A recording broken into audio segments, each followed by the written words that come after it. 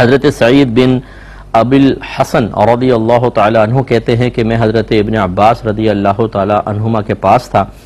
ایک شخص آیا اور اس نے کہا کہ اللہ تعالیٰ نے میرے ہاتھ میں صنعت رکھ دی ہے، میں اپنے ہاتھ سے تصویریں وغیرہ بنا کر بیچتا ہوں. اور اس نے جاندار کی تصویر کا اشارہ کیا. تو حضرت ابن عباس رضی اللہ تعالی عنہ نے فرمایا کہ میں تمہیں حدیث سناتا ہوں جو میں نے نبی کریم صلی اللہ علیہ وسلم سے سنی ہے.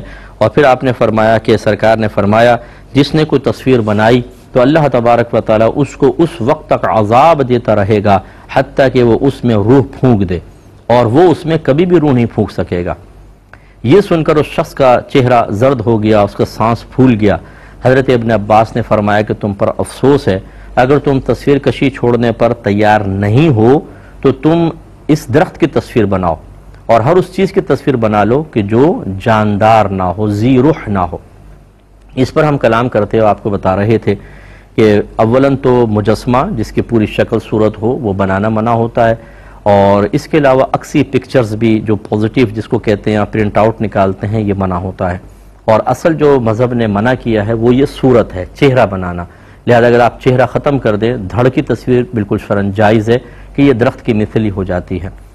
تو یہ پہلے دور میں آپ کو سمجھایا تھا کہ ایسے کیمرے تھے جن سے آپ پکچر کھینچتے تھے تو نیگیٹو پر پکچر آ جایا کرتی تھی، تو بلا ضرورت وہ نیگیٹو بنانا بھی منع تھا، اس کا پرنٹ آؤٹ نکالنا بھی منع تھا، یا پازیٹیو بنانا بھی منع تھا. لیکن آج کل ڈیجیٹل کیمرے وغیرہ آ گئے ہیں، ان کے اندر اکثر پکچر ان میں حقیقتاً پکچر بنتی ہی نہیں ہے.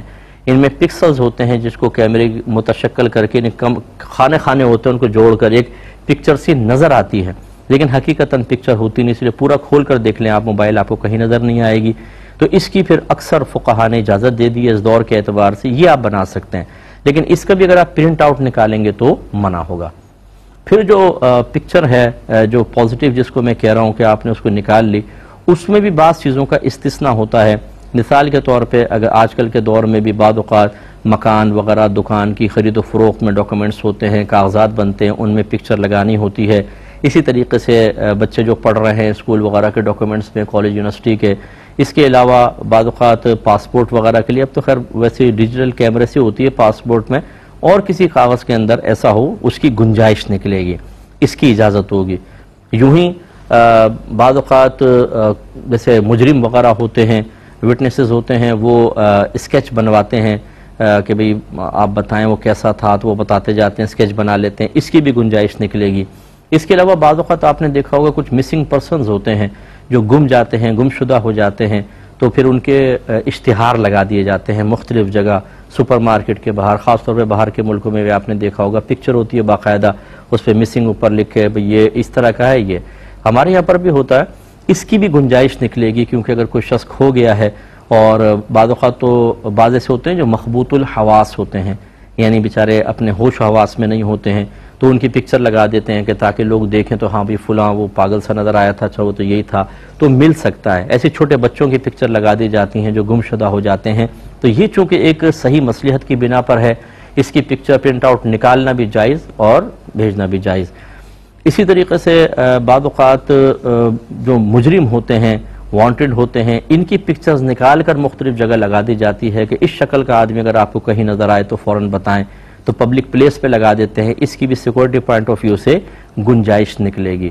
خلاصہ کلام یہ ہے کہ اگر آپ تصویر بنوانا چاہتے ہیں تو صرف ڈیجیٹل کیمرے سے بنا سکتے ہیں یا موبائل وغیرہ سے، اس کے علاوہ نہیں. اسے آپ محفوظ کر کے رکھیں، ٹھیک ہے. باقی پرنٹ آؤٹ اس کا نہ نکالیں. پرنٹ آؤٹ صرف وہاں نکال سکتے ہیں یا پازیٹیو اس کا بنوا سکتے ہیں کہ جب آپ کو کوئی شرعی ضرورت ہو، اور شرعی ضرورت کے لیے آپ علماء سے معلوم کریں گے، وہ آپ کو بتائیں گے. لہذا شادی بیاہ کی یادگار کوئی شرعی ضرورت نہیں ہے کہ آپ کہیں جی ہم نے پکچرز کھنچوائی تھی، اب ہم چاہتے ہیں ان کو نکلوا کے ایک البم بنا کے رکھ لیں. نہیں کروا سکتے. یہ اسی وعید کے تحت آئے گی کہ جس نے ناجائز اس طرح کی پکچر بنائی تو برود قیامت اللہ تبارک و تعالیٰ اس سے فرمائے گا کہ اس میں روح ڈال ورنہ تجھے عذاب ہوتا رہے گا. وہ ڈال نہیں سکے گا تو عذاب ہوگا.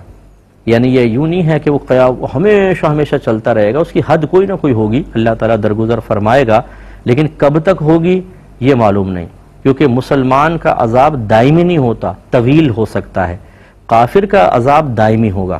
دائمی کا مطلب کبھی ختم نہ ہونے والا، طویل کا مطلب بہت لمبا. لیکن کبھی ختم ہو جائے. تو مسلمان کا عذاب لمبا اور طویل ہو سکتا ہے لیکن دائمی نہیں ہو سکتا. لہذا جو یہاں فرمایا کہ اس کو اس وقت تک عذاب دیتا رہے گا حتیٰ کہ وہ اس میں روح پھونک دے، اور وہ اس میں کبھی بھی روح نہیں پھونک سکے گا، تو مراد یہ نہیں کہ ہمیشہ چلتا رہے گا عذاب، کیونکہ روح تو کبھی پھونک ہی نہیں سکتا. ہاں طویل ہوگا. اب اس کی طوالت کیا ہوگی یہ ہمیں کیا پتا. یہاں پہ ہم ماچس کی تیلی جلا کے ہاتھ اس کے اوپر ذرا رکھ کر دیکھیں، صرف چند سیکنڈ کر ہی نہیں سکتے، ایک دم ہاتھ جلنا شروع ہو جائے گا. چند سیکنڈ دنیا کی آگ، وہ بھی ماچس کی، وہ نہیں ہے کہ جو مطلب ویلڈنگ کی آگ ہوتی ہے، کتنی شدید قسم کی ہوتی ہے، لوہے کو کاٹ کے رکھ دیتی ہے، وہ اس ماچس کی آگ سے کہیں زیادہ تیز ہوتی ہے. تو یہ ماچس کی آگ برداشت نہیں ہوتی. اور نبی کریم نے دوزخ کی آگ کو دنیاوی آگ سے 70 گنا زیادہ گرم فرمایا. اور دنیا کی آگ یہ ویلڈنگ کی بھی ہے. ایک اسٹیل مل میں چلے جائیں، وہاں جو آگ جلتی ہے وہ ایسی آگ ہوتی ہے بھٹی کی آگ کہ وہ لوہے کو پگھلا کے پانی کی طرح کر دیتی ہے، بالکل پانی کی طرح. لیکن سرکار فرماتے ہیں جہنم کی آگ دنیاوی آگ سے 70 گنا زیادہ گرم ہے. اب آپ اندازہ کریں، تو اگر تھوڑا چند سیکنڈ کا عذاب بھی ہو تو کہاں ہم سے برداشت ہو سکتا ہے. اللہ تعالی ہمیں اس عذاب سے محفوظ فرمائے. تو شوق ہی ایسا نہیں ہونا چاہیے.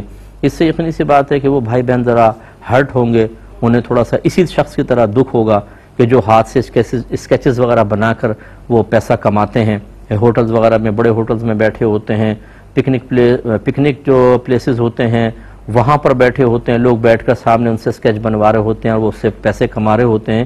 یہ حدیث ان کے لیے بہت ضروری ہے کہ وہ اس پہ توجہ کریں اور ایسا نہ کریں، اپنا ذریعہ معاش یہ نہ بنائیں. ہاں جیسے حضرت ابن عباس رضی اللہ تعالیٰ عنہ نے فرمایا کہ غیر ذی روح کی بنا لیں، درخت بنائیں، آپ پینٹنگ بنا لیں.